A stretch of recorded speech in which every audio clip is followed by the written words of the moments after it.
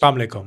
Insulin resistance के बारे में बहुत बार सवाल किया गया है कि ये क्या है। आसान ज़बान में ये बॉडी का डिफेंस मैकेनिज्म है जो ब्लड में शुगर की मिकदार बढ़ने की वजह से पैदा होता है। खाने में मौजूद कार्बोहाइड्रेट्स या नशास्ता हमारे जिस्म में जाने के बाद ग्लूकोज में तब्दील होता है। ये अमल होता है मैदे में और छोटी आंत में। फिर ये ग्लूकोज यहाँ से खून की नालियों में जज्ब होके ब्लड में आ जाता है। ब्लड में ग्लूकोज डिटेक्ट होने पे लबलबा यानी पैंक्रियाज इंसुलिन हार्मोन खारिज करता है। इंसुलिन फिर इस शुगर को ब्लड से निकाल के सेल्स तक लेके आती है। यहाँ इस ग्लूकोज से फिर एनर्जी बनाई जाती है और बॉडी फिर इस एनर्जी को इस्तेमाल करती है। जिस्म के सेल्स इस एनर्जी को इस्तेमाल करते हैं। अब यहाँ इंसुलिन का काम ये है कि ये ब्लड में शुगर की मिकदार को बहुत ज्यादा बढ़ने से रोके। बहुत ज्यादा मतलब ये तकरीबन 100 मिलीग्राम पर डेसीलीटर बनती है। इससे ज्यादा नहीं होनी चाहिए। जो फास्टिंग ग्लूकोज लेवल है ये तकरीबन 1 टीस्पून से भी कम बनती है अगर टोटल वॉल्यूम ऑफ ब्लड की बात करें। मतलब एक एवरेज इंसान को सिर्फ इतनी शुगर की ही जरूरत होती है और ये एक्टिविटी लेवल पे डिपेंड करता है, काम की नौयत पे डिपेंड करता है। अब अगर कोई ज्यादा शुगर खा रहा है,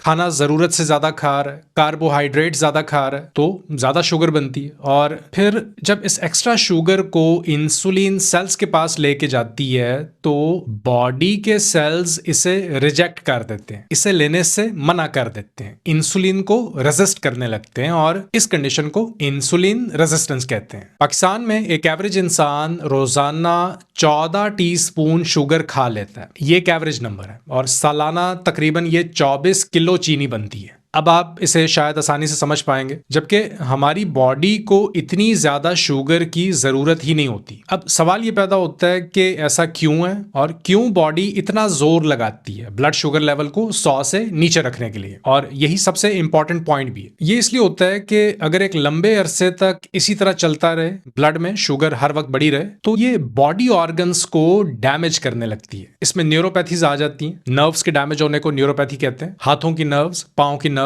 ये डायबिटिक्स में कॉमन होती हैं, यानी आसाबी कमजोरी। ऑप्टिक नर्व डैमेज होने से आंखें खराब हो सकती हैं, नजर जा सकती है। Heart diseases, stroke, diabetes, inflammation, memory loss, Alzheimer's, तो इससे बहुत सीरियस डैमेज होता है बॉडी में। अब इसको अगर हम मजीद समझें तो हमारे खाने में 3 मेन चीजें, कार्बोहाइड्रेट्स, प्रोटीन्स और फैट्स। कार्बोहाइड्रेट्स सीधा सीधा ग्लूकोज या शुगर है और ये एक मिथ है कि बॉडी का फेवरेट फ्यूल सोर्स शुगर है। ये सवाल उठाया जाता है कि अगर कोई शुगर नहीं खा रहा, कार्बोहाइड्रेट्स नहीं खा रहा, तो बॉडी चलेगी कैसे। फिर ये दलील भी दी जाती है कि बॉडी चूंकि प्रोटीन और कार्बोहाइड्रेट्स में से पहले कार्बोहाइड्रेट्स को चूज करती है, अगर इसे चॉइस दी जाए तो पहले ये कार्बोहाइड्रेट्स को इस्तेमाल करती है फिर प्रोटीन की तरफ जाती है। इसलिए कार्बोहाइड्रेट्स इसका फेवरेट या पसंदीदा फ्यूल सोर्स है। तो असल में ये एक मिथ है। सच्चाई ये है कि बॉडी शुगर के पीछे पहले इसलिए जाती है क्योंकि शुगर ज्यादा डैमेजिंग होती है बॉडी के लिए। इसका खून में ज्यादा वक्त तक रुके रहना ठीक नहीं होता। जैसे ही ब्लड में शुगर आती है तो ये बॉडी को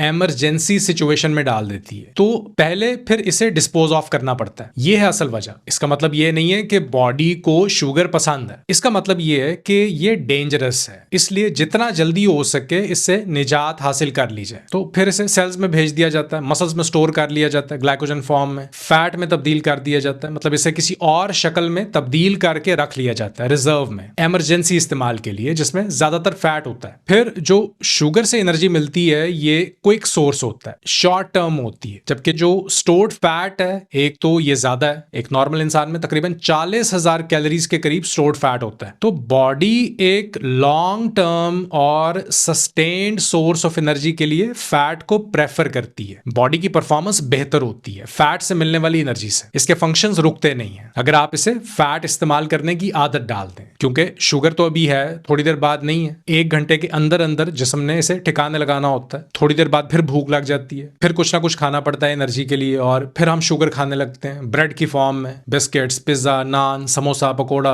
मैदे से बनी हुई चीजें, ज्यादा चावल, ज्यादा रोटी।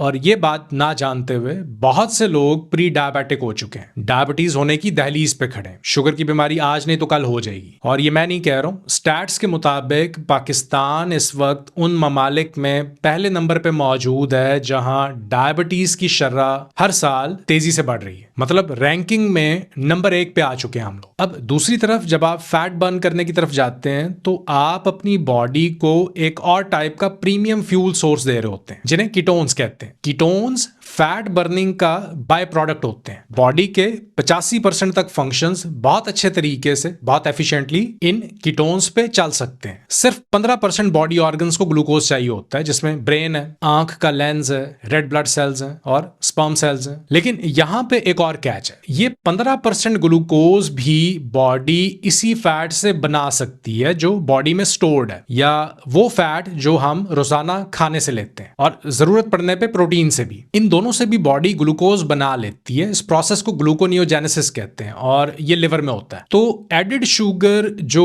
छुपी हुई चीनी है मुख्तलिफ चीजों में, इस एक्स्ट्रा चीनी की हमें बिल्कुल भी जरूरत नहीं है। फिर इस प्रोसेस के दौरान जो वेस्ट बनता है ये शुगर से कम बनता है, कम ऑक्सीजन लगती है और बॉडी की एनर्जी इस प्रोसेस में कम लगती है। ये कम स्ट्रेसफुल होता है बॉडी के लिए। तो इंसुलिन रेजिस्टेंस बॉडी का डिफेंस मैकेनिज्म है एक्स्ट्रा शुगर के खिलाफ। ज्यादा कार्बोहाइड्रेट्स खाने से बॉडी में इंसुलिन हार्मोन काम करना बंद कर देता है, जिसकी वजह से ब्लड में शुगर बढ़ी रहती है और ये कंडीशन शुगर की बीमारी यानी डायबिटीज में इवेंचुअली तब्दील हो सकती है। उम्मीद करता हूं ये इन्फॉर्मेशन आपके लिए फायदेमंद साबित हो। अपना बहुत सा ख्याल रखिए। आपसे मुलाकात होती है नेक्स्ट वीडियो में। अल्लाह हाफिज।